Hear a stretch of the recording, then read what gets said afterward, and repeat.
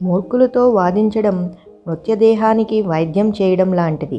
వైద్యానికి శవం ఎలా అయితే స్పందించదో మూర్ఖులు కూడా నువ్వు చెప్పేది వినలేరు. లక్ష్యం వేరు, కోరిక వేరు. కోరిక తీరాలని పరిగెడితే తగిలేది ఎదురు దెబ్బలే. అదే లక్ష్యం నెరవేరాలని అడుగులు పెడితే ఎదురు వచ్చేదల్లా విజయాలే. గర్వంతో ఉండవద్దు, దాని ప్రతిఫలాలు కోల్పోతావు. ఈర్ష్యతో ఉండవద్దు, స్నేహితులను కోల్పోతావు. కోపంతో ఉండవద్దు, నిన్ను నువ్వే కోల్పోతావు. ఒక్కోసారి ఏ తప్పు చేయకపోయినా దాన్ని నిరూపించుకోలేక చాలామంది ఎదుట తలదించుకోవలసి వస్తుంది. జీవితంలో నీ నిర్లక్ష్యమే నీ నిజమైన శత్రువు. మంచివాడు మొదట కష్టపడతాడు కానీ ఓడిపోడు. చెడ్డవాడు ముందు సుఖపడతాడు కానీ ఓడిపోతాడు. ప్రయత్నం ఎప్పటికీ వృధా కాదు. వైఫల్యం శాశ్వతంగా ఉండదు. కొన్నిసార్లు చిన్న ప్రయత్నం మీకు ఉన్నత స్థానాన్ని కల్పిస్తుంది. పాపం 3 రకాలుగా బాధపెడుతుంది. రుణము, రోగము, శత్రువులు. పుణ్యం 3 రకాలుగా సంతోషపెడుతుంది. ఐశ్వర్యం, ఆరోగ్యం, మిత్రులు. ఒంటరిగా కూర్చుని మీ జీవితాన్ని ఏడుస్తూ కానీ లేక ఎంజాయ్ చేస్తూ కానీ ఉన్నారా? చుట్టూ ఉన్న నకిలీ మనుషుల కన్నా అది ఎంతో మేలు. డబ్బు సంపాదించమని చెప్తుంది. కాలం ఆగకుండా పరిగెత్తమని చెబుతుంది. లక్ష్యం కష్టమైనా చెయ్యమని చెప్తుంది. నమ్మకం వీటన్నిటికీ నేనున్నానని భరోసా ఇస్తుంది. ఒక్క నిమిషంలో జీవితం ఏమీ మారదు, కానీ ఆ ఒక్క నిమిషం ఆలోచించి తీసుకున్న నిర్ణయం జీవితాన్నే మార్చేస్తుంది.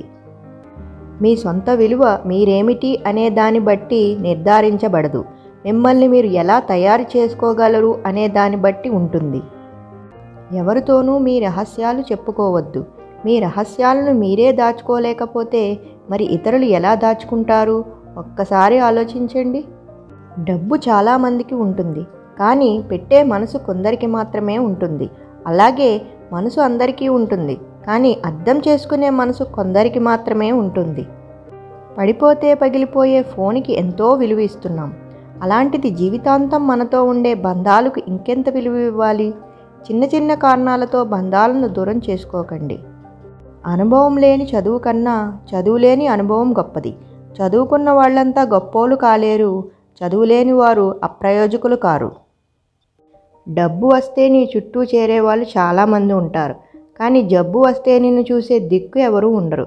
ఖర్చు పెట్టినంత సులువుగా సంపాదించలేవు, కాబట్టి నీకోసం కొంత దాచుకో. ఒకరికి మనమంటే ఇష్టం లేనప్పుడు వారి పట్ల మనం చూపే ప్రేమ సైతం వారికి ఒక తలనొప్పిగా అనిపిస్తుంది. ఈ లోకం ఎప్పుడైనా సరే మంచివాడిని ఎప్పుడూ మంచివాడు అనదు. మంచివాడుగా నటించేవాడిని మాత్రమే వీడు చాలా మంచివాడు అని అంటుంది. మంచితనాన్ని గుర్తించే మంచితనం చాలామందికి ఉండదు. బంధానికి, బానిసత్వానికి అలవాటు పడిన వారు బలవంతులైనా తమ బలాన్ని తెలుసుకోలేరు.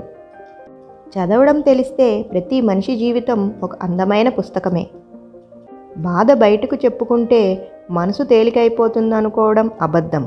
మనిషికి చులకనైపోతాడు అన్నదే నిజం. మానవ జీవితం ఒక గొప్ప వరం. దాని మంచి మార్గంలో గొప్ప ఆలోచనలతో సద్వినియోగం చేసుకోండి. ఈ భూమిపైన జీవితమే శాశ్వతం కానప్పుడు జీవితంలో వచ్చే సమస్యలు మాత్రం ఎలా శాశ్వతం అవుతాయి?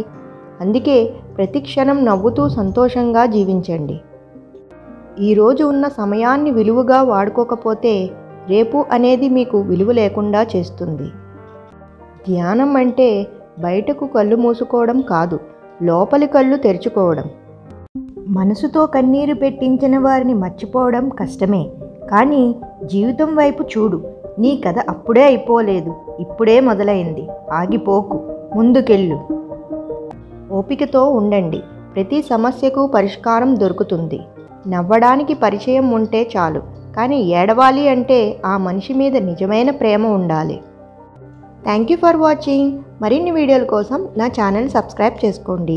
ఈ వీడియో కనుక నచ్చినట్లయితే లైక్ చేయండి, షేర్ చేయండి అండ్ కామెంట్ చేయండి.